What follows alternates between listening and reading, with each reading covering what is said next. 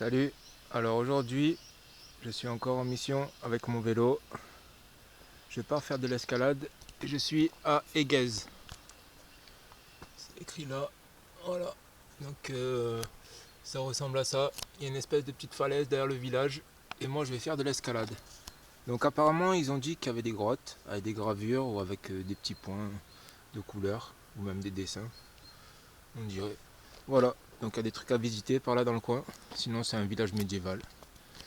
Bon, je vous amène voir un peu l'Ardèche, parce que je suis juste au début de la vallée de l'Ardèche. On verra, on voit un peu l'eau en bas, mais bon. Et la falaise, la première vue, c'est ça. Voilà. Donc après, il y en a, je sais pas, 700 ou 800 mètres au moins. Il faut que je choisisse les bonnes descentes.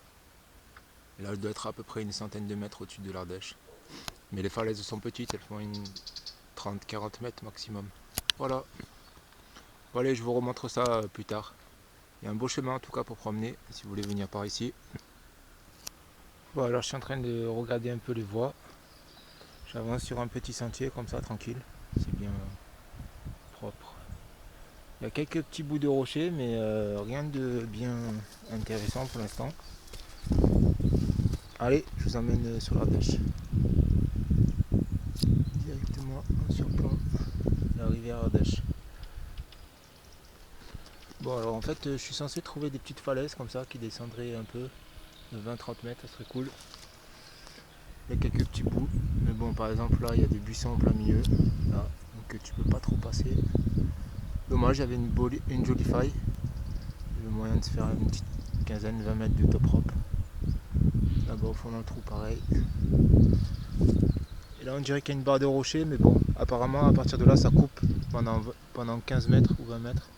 Donc soit il y a un surplomb, ou soit c'est pas le bon endroit. Oh, on voit même pas. Il y a un vol de cormoran qui passe. Voilà, donc en face c'est Saint-Martin d'Ardèche.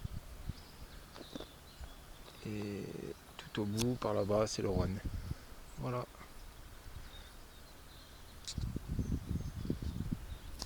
Alors, je continue mon périple. Je cherche un peu des falaises sur les rochers. Au début, j'ai vu 2-3 voies, mais bon, ça a l'air dur.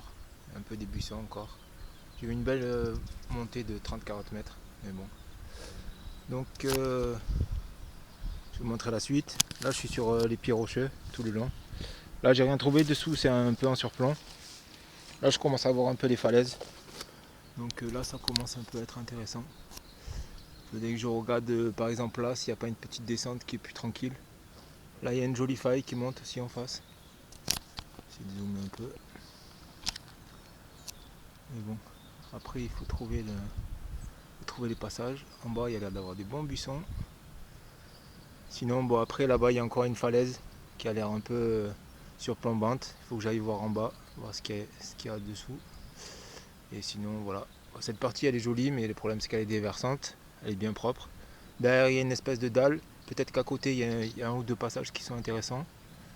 Donc voilà, pour l'instant j'en reste à ce petit passage là qui est juste derrière. Voir si je peux trouver quelque chose qui descend par là. Soit sur l'arête, soit directement dans le trou. Faut voir. Donc voilà. Et surtout sans rocher qui pète, parce que je sais pas si vous voyez par exemple là, droit devant, la petite écaille bien blanche, elle a l'air un peu légèrement suspendue sur le buisson. Donc voilà, si tu passes à côté de ça, soit tu le fais péter et tu l'envoies tout là-bas au fond, en espérant que ça arrive pas jusqu'à l'Ardèche. Ou voilà. Ou soit tu la laisses et tu passes à côté, mais bon, tu te prends un caillou comme ça, c'est bon. Voilà, donc c'est reparti pour la recherche de voies. Alors, après avoir écumé toute la falaise principale, où j'ai trouvé 3 ou 4 voies, et la maximum peut-être 5C, un petit 6A, dans des espèces de dièdres ou des types là, mais pas trop longs. La maximum elle devait faire, je sais pas, 25 mètres. Donc voilà, après mes 3 ou 4 voies d'échec pour l'instant, que j'ai pas tenté surtout, je suis arrivé tout au bout, il y a un petit rocher. Donc sur le petit rocher il y a moyen, sur l'arête il y a moyen de faire une déviation là, et après de rattaquer la voie par là, et de faire une petite montée. Donc il y a déjà au moins un top rope. Après devant le buisson là-bas je vois encore Je vois encore des 3 failles. Donc je vais aller faire le tour de ce petit rocher par le bas. Et après j'envoie mon top rope là-haut. Et je vous remonte tout ça quand il y a une corde qui... Bon alors cette falaise elle est super pour faire du top rope. Voilà, juste un peu au milieu, ça doit être du 6C, 7, peut-être 7A. Il y a juste une partie, mais alors le reste, il y a tout le temps des petites failles, des petites mains. Je sais pas si on verra. Donc à moyen de faire des remontées. Il y a ouais, voilà, ce genre de truc là. Il y a des petites failles comme ça où tu peux fourrer ta main au milieu de la falaise. Bon, on les voit pas toutes parce qu'elles sont orientées un coup à droite, un coup à gauche. Donc là on voit que celles qui sont orientées à droite.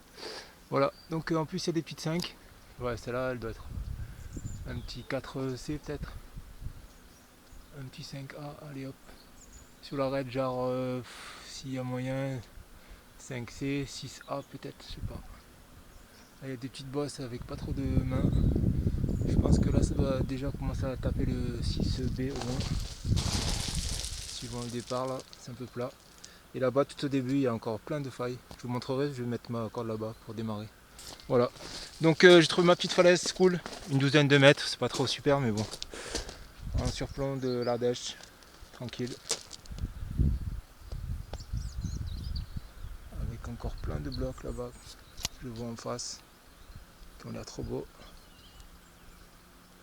Et j'ai même encore une deuxième petite falaise, donc je vais aller voir tout ça de suite. Et après je vous remontre les voies que j'ai choisies. Et voilà, deuxième petite falaise. C'est trop génial, il y a des petites failles. Donc je vais pouvoir m'envoyer mes 12 voies tranquillou. Là ça recommence. Bon, dans ce genre de falaise il faut faire attention, par exemple là vous voyez l'espèce de chips avec une faille dessous. Donc si vous passez, il faut regarder dessus, dessous, que ce soit bien accroché quelque part, en bloc qui partent pas. Là ça a l'air d'être accroché dessus, mais bon. Avec une faille comme ça, des fois il faut faire gaffe. Tu as vite fait de te prendre un bloc de 200-300 kg sur la gueule. Voilà, donc il y a moyen de faire un peu d'escalade. Là-bas je vois un petit dièdre qui monte là, pareil, un moyen. Donc après il faut que je trouve un ancrage là-haut, je vais me démerder, soit des coinceurs. Là j'ai une petite montée trad par exemple si je veux, dans la petite faille, peut-être même me faire celle-là. Juste la bosse à passer, mais bon si tu protèges bien, tu attaches au buisson et après tu finis. Ça a l'air cool, facile. Voilà. Donc j'ai même ma petite voie de trad à faire sur coinceur si j'ai envie. Voilà. Donc je finis la visite, je vais faire le tour et puis après j'attaque. C'est parti. Encore une belle voie sur du caillou qui a l'air propre. Donc ça monte là par la petite faille. Je peux même la faire en trad celle-là aussi. Elle est quand même pas mal. On va faire un petit 5A. Si on verra tout. Voilà, et ça finit là-haut.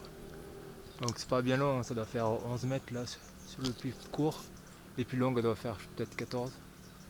Voilà, donc rocher accessible et facile.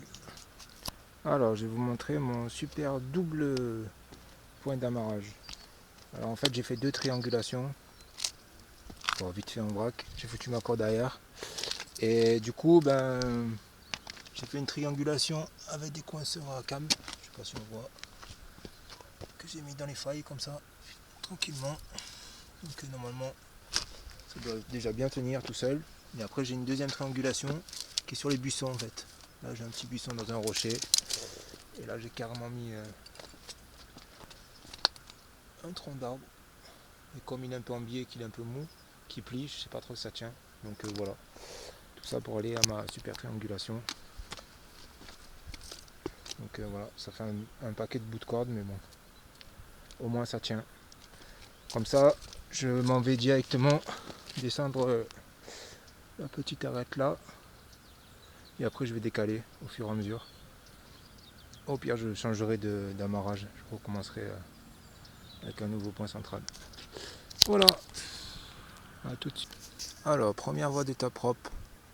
Je la monte. Bon, elle est très facile. Ça doit être, je sais pas, un petit 4C ou 5A. S'il y a des endroits un peu plus difficiles. Bon, 4B, allez, 4B. Bon, après, je me décalerai. Celle-là, elle a l'air un peu plus costaud déjà. C'est un peu plus du 5BC. Par contre, là-haut, en fait, j'ai mis un coinceur pour essayer de me faire un relais. Un point de relais. avant de partir vraiment dans la voie. Et là je tire mon coinceur et la plaque de roche elle s'est levée. Donc je refous un deuxième coinceur, je tire sur la plaque de roche et d'un coup j'ai réussi à décrocher la plaque de roche. Sauf que en bas de la voie, que je voyais pas du tout en dessous de moi puisque c'était pas en face, j'avais mon tas de cordes. Donc il y a des pierres qui ont tapé avant et il y a une ou deux pierres qui ont dû un peu râper la gaine de ma corde en passant, qui était un peu plus en dehors, en dessous. Donc voilà, évitez de jeter des cailloux sur vos cordes, c'est beaucoup mieux. Bon là j'avais pas prévu de décrocher une pierre de 20 kg mais bon, voilà, faut faire attention. Alors, j'attaque ma deuxième voie, j'ai descendu mon top rope, là je vais remonter tout ça. Il y a un petit passage au milieu, c'est un peu gris, on dirait qu'il y a un peu de la mousse donc faut faire gaffe de pas glisser. Ça a l'air d'être un bon 6 facilement A+. Et des toutes petites mains. Bon après, comme ça fait un peu des petites bosses, peut-être qu'il y aura des pieds. J'en sais rien, on verra bien. Voilà. À chercher et à tester. Voilà, je suis descendu tout en bas presque. Je dois être à 70 mètres, 80 mètres de haut par rapport à l'Ardèche. Et j'ai trouvé la dernière barre de rocher. Alors, si je vous montrer tout ça, c'est très beau en fait. Il y a quelques surplombs, beaucoup de difficiles. Mais par contre, il y a tout plein de techniques. Il y a des petits surplombs, il y a des petites failles. Et là-bas, il y a le fameux mur jaune. Si vous regardez la vue satellite de Google Maps, en partant du coin de cette plateforme là, on dirait un parking sur le Google Maps. Et vous verrez qu'il y a une jolie barre de rochers bien jaune. Et ben, elle n'a pas l'air si en surplomb que ça, mais quand même un peu. Ça avait l'air beaucoup plus petit. Là ça fait, je sais pas, on va dire elle fait 40 mètres de haut presque. Cette petite barre là qui est tout au bout. Bon par contre il y a plein d'autres trucs à faire, hein. Il y a des petits rochers là par là. Toute cette partie là, il y a encore des trucs à faire. En cherchant un petit peu, trouver des failles. Bon presque il faut qu'il y en ait un qui soit en haut et un qui soit en bas, histoire d'envoyer la corde au bon endroit parce que si vous comptez monter en trad, c'est un peu chaud avec les rochers pétants. Voilà, donc j'essaie d'aller voir un peu si je peux avancer jusqu'au bas du rocher jaune là, et puis après on verra. Moi je remonte à mes deux petites falaises en haut, tranquillement, qui sont là-bas, juste en crête là, on les voit même plus presque. On voit celle de gauche, et voilà. Et si vous croyez que c'est encore fini, c'est pas que c'est déjà fini. Voilà, j'ai encore une barre de 5 ou 6 mètres dessous. Donc il faut faire gaffe de ne pas tomber en se promenant sur les vires. Voilà, toujours pareil, je suis à côté de l'Ardèche. Je suis en train d'avancer vers le pic jaune là.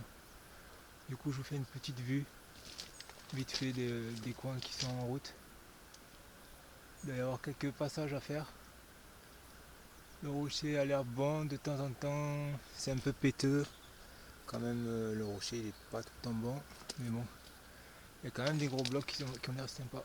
Là on arrive carrément à une espèce de rocher qui ressemble un peu à l'intérieur des grottes. Donc ça a l'air. Peut-être ça a l'air dur hein, mais je sais pas s'il y a moyen d'escalader ce truc. Surtout tout en dévers. Bon allez je vous remonte quand j'arrive à la grosse descente jaune. Bon je suis bientôt arrivé au pilier. Il est juste devant moi. Mais pour l'instant je voulais vous montrer. Je l'avais repéré un peu sur la vue satellite. Enfin sur la vue 2D de Google Maps. Qui avait des remontées mais apparemment c'est de la randonnée. Je pensais que c'était des rochers pour remonter mais là j'ai même pas besoin de corde. Je vais aller à l'étage supérieur sans rien faire. Tranquillement en passant par les buissons et les petits cailloux. Pour retourner à mes deux petites falaises. Bon du coup voilà, gâché. Quand tu vois la photo, tu crois qu'il y a des voies et en fait c'est une randonnée à pied à peu près. Donc voilà. Sinon il y a des beaux tops propres, il n'y a pas de souci. Avec des surplombs, est-ce que tu veux des petites failles. Bon par contre il faut faire gaffe quand même. Là on peut pas dire qu'on l'a loupé. le rocher fondu tout en haut. Le gros morceau carré là, il a l'air bien chaud. Ce qui est en haut là. Donc voilà, il faut faire attention à ce qu'on fait, voir où on descend, si c'est dangereux ou pas. Allez, je vais voir ce qui se passe là-bas au bout.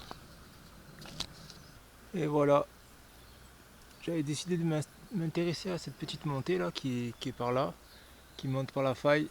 Je l'avais vue sur la photo satellite et qui sort là-haut. Mais bon, regardez de suite. La chips là-haut carré, elle est complètement fondue dessous, donc on n'y va pas. Voilà cette partie là. Tout le bloc qui peut partir, genre tu te ramasses 15 tonnes sur la gueule. Ça doit pas bouger mais bon. Et là, pareil, cette partie là, faut pas aller dessous. Le rocher est tout fendillé, c'est tout emboîté. Donc peut-être en restant dans la faille, j'aurais réussi à passer, mais bon. De toute façon, avec un bloc de 15 tonnes en équilibre sur ta gueule, faut pas y aller quoi. Donc voilà, le problème du top rope. Même si ça a l'air bien, c'est pas sûr que tu peux passer. Pareil pour ce bloc là, tu sais pas comment il tient. Il est posé sur la falaise. Derrière c'est fendu. Je sais pas si vous verrez. Derrière c'est tout fendu. Et pourtant il est en surplomb, donc il pourrait partir n'importe quand en fait. En gros.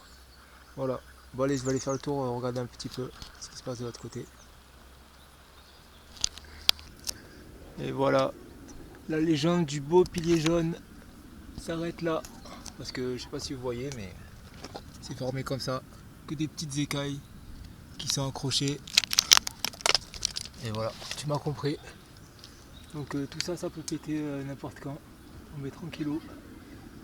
Donc voilà, le grand pilier jaune, il n'y a pas de voie à faire dessus. On continue la mission de recherche de voie. Alors j'ai fait mon petit tas de cordes pour la prochaine voie. Alors c'est une espèce de dalle, on va dire entre 5A et 5, entre 6A et 6B par là. Mais après je feinte, je vais pas tout finir, je vais passer par l'arête. De l'autre côté c'est plus facile, parce que là ça doit être un bon 6B dalle bien lisse. Je sais pas si on verra trop, mais bon. Voilà, donc il y a un peu de tout, hein. On fait comme on veut. On choisit un peu ce qui vient. Voilà, allez. Et voilà, je suis en haut des voies de la deuxième petite falaise, juste 30 mètres plus loin. Donc nouvel amarrage. Donc j'ai pris 2 buissons, j'ai fait une triangulation vite fait à la base des buissons, au cas où il y en a un qui pète. Au moins c'est tout accroché. Et c'est parti. Donc du coup je saute le mur et comme l'arête elle est un peu tranchante, je vais remettre un coinceur ou deux derrière. Et puis après je descends. Derrière c'est une belle faille, vous verrez, c'est trop beau. Allez, à de suite. Et c'est parti, la prochaine voie. Celle-là elle est trop belle. C'est un petit dièdre. Le début il a l'air un peu difficile, mais bon, en zigzagant il doit y avoir des mains ou des pieds. Et après le dièdre il va jusqu'en haut, jusqu'en haut, jusqu'en haut. Bon, par contre, à mon avis, on peut pas le faire sur coinceur parce que la faille elle fait 30-40 cm de large. Mais par contre, pour escalader, c'est bon. Tu montes sur les à droite à gauche et c'est parti. Au pire, si c'est un peu court, j'ai vu un passage, tu rentres dedans, tu montes par les marches qui sont à l'intérieur en te tenant aux parois à droite à gauche. Et après, quand c'est bon, tu ressors en prenant des pics et tu ressors sur l'extérieur par exemple pour aller choper des petites failles ou quoi qui sont sur le bord. Voilà, donc la petite voie, je sais pas, entre peut-être un petit 6A et je sais pas, 5A plus quoi, 5B max. Voilà, donc c'est la mission du moment. Allez, je vous fais un petit zoom quand même parce qu'elle est trop bien. Et elle doit faire, je sais pas, on va dire 13 mètres, 14 mètres de haut. Voilà, donc après en bas, c'est comme ça.